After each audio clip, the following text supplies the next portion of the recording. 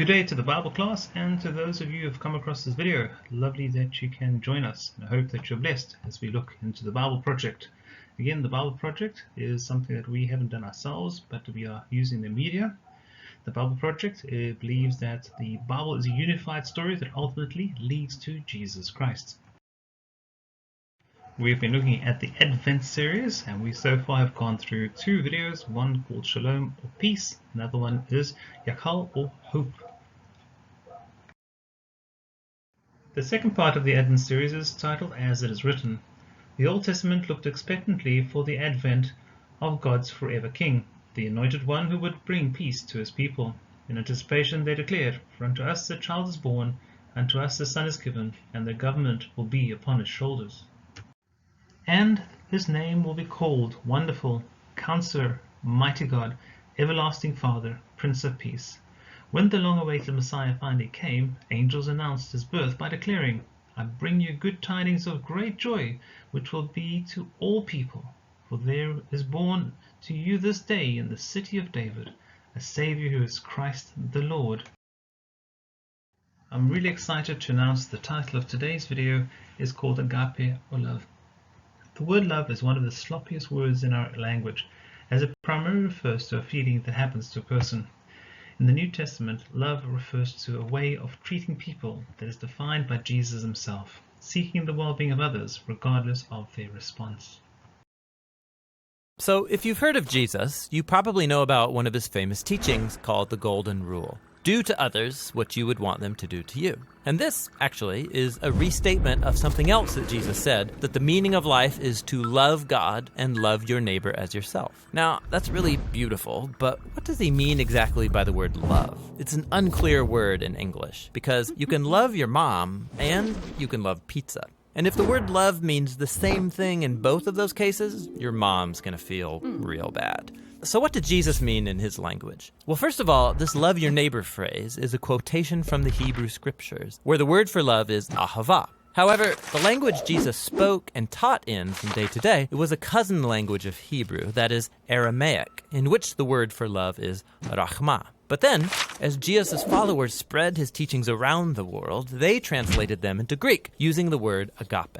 But here's what's fascinating. The earliest followers of Jesus, who wrote the books of the New Testament in Greek, they didn't learn the meaning of agape by looking it up in ancient dictionaries. Rather, they looked to the teachings of Jesus and the story of his life to redefine their very concept of love. So one time, Jesus was asked about the most important command in the Jewish scriptures. And he first quoted from the ancient prayer in the Torah called the Shema. Love the Lord your God with all of your heart.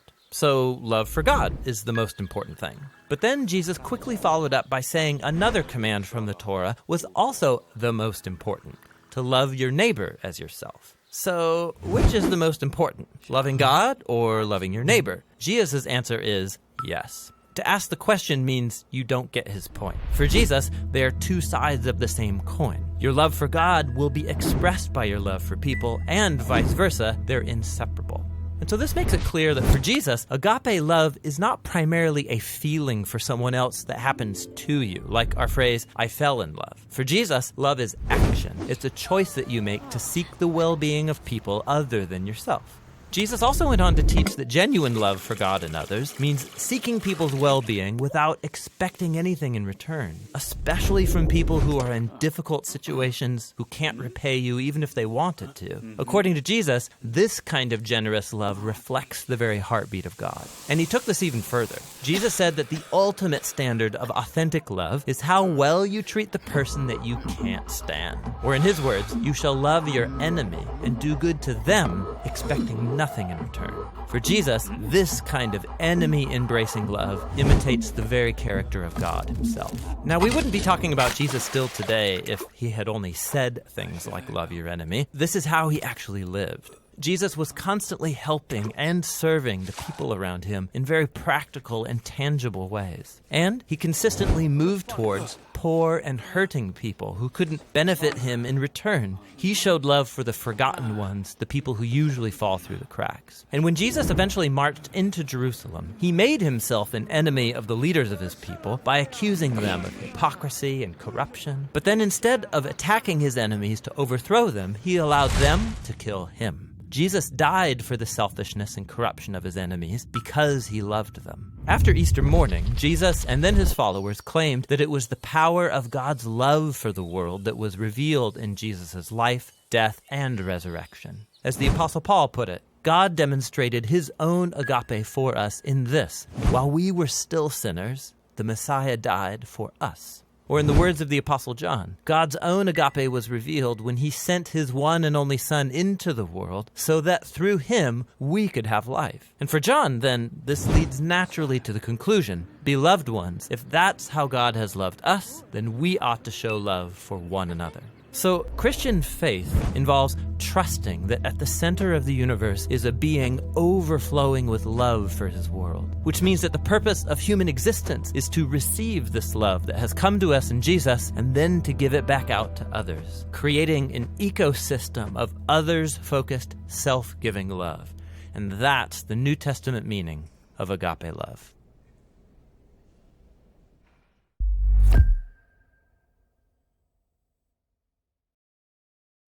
We conclude today's lesson with 3 videos on the city of David and the archaeological discoveries that have been taking place.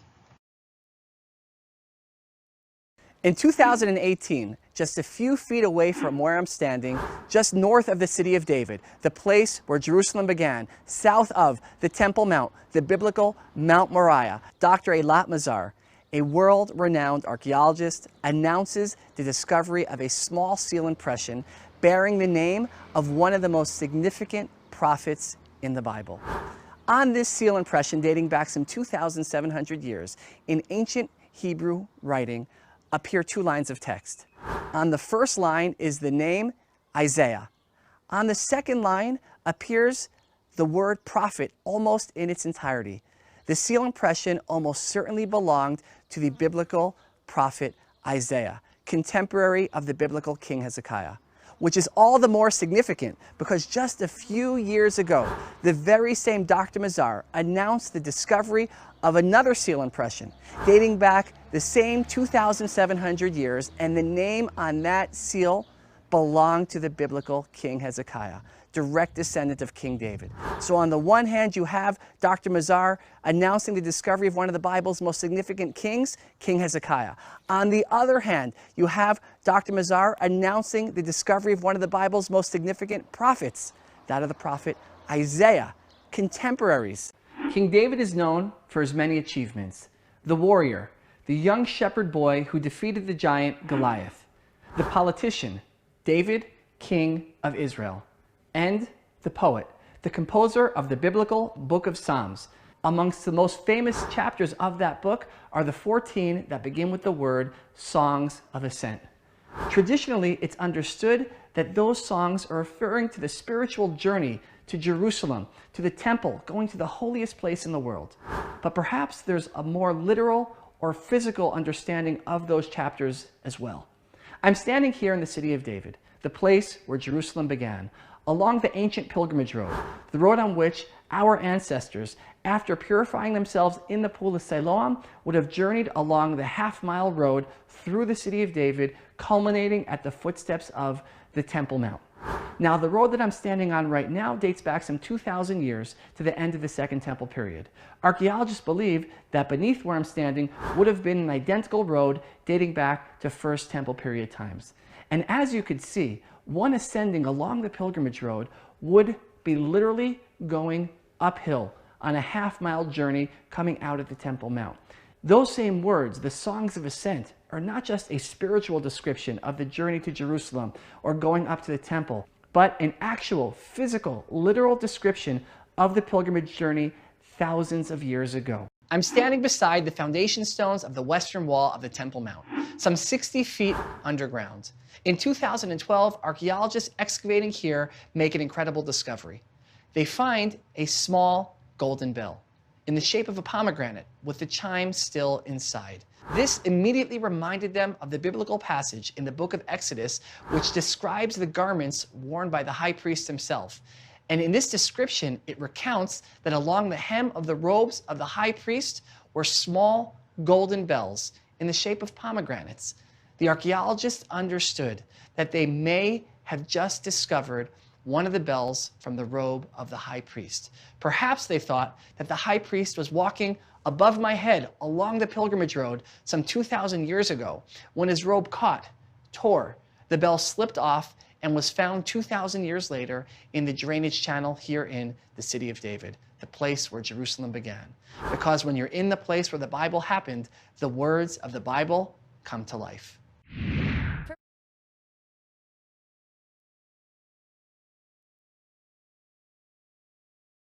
May you have a blessed week that lies ahead, and please note next week will be the last in the series of the Advent and also the last video for the Bible class for this year. Thank you, go well, God bless.